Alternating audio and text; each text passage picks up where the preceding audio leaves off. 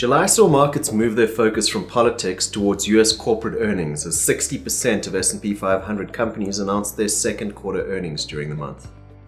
Those companies reported earnings that were 25% higher year on year, roughly 5% ahead of expectations as the impact of lower taxes and a relatively weaker US dollar continued to boost earnings.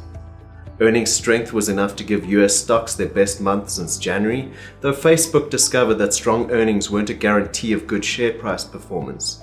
The company delivered 30% earnings growth, 5% ahead of expectations, but also guided to margins that would likely drop from the mid-40s to around 30% over time, spooking investors who wiped $120 billion from Facebook's value in a single day, comfortably the biggest ever single-day loss in value for any company.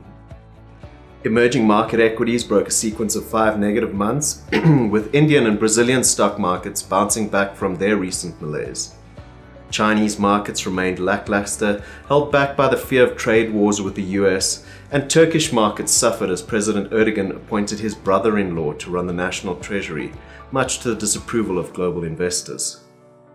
In the UK, politics also hampered market sentiment as both the Foreign Minister and the Brexit Minister resigned in protest against Prime Minister May's Brexit strategy, and a further rebellion by her own party saw her narrowly avoid a defeat in Parliament.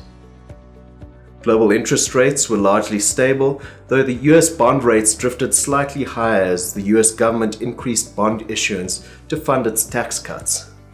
Some interest rate volatility also preceded the Japanese central bank meeting, as investors started to bake in the possibility that they may consider scaling back their bond buying program.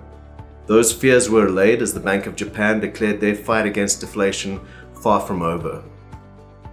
Oil had its worst month in a couple of years on the news that the Saudis will increase their output and that President Trump was considering releasing some of the US's strategic oil reserves.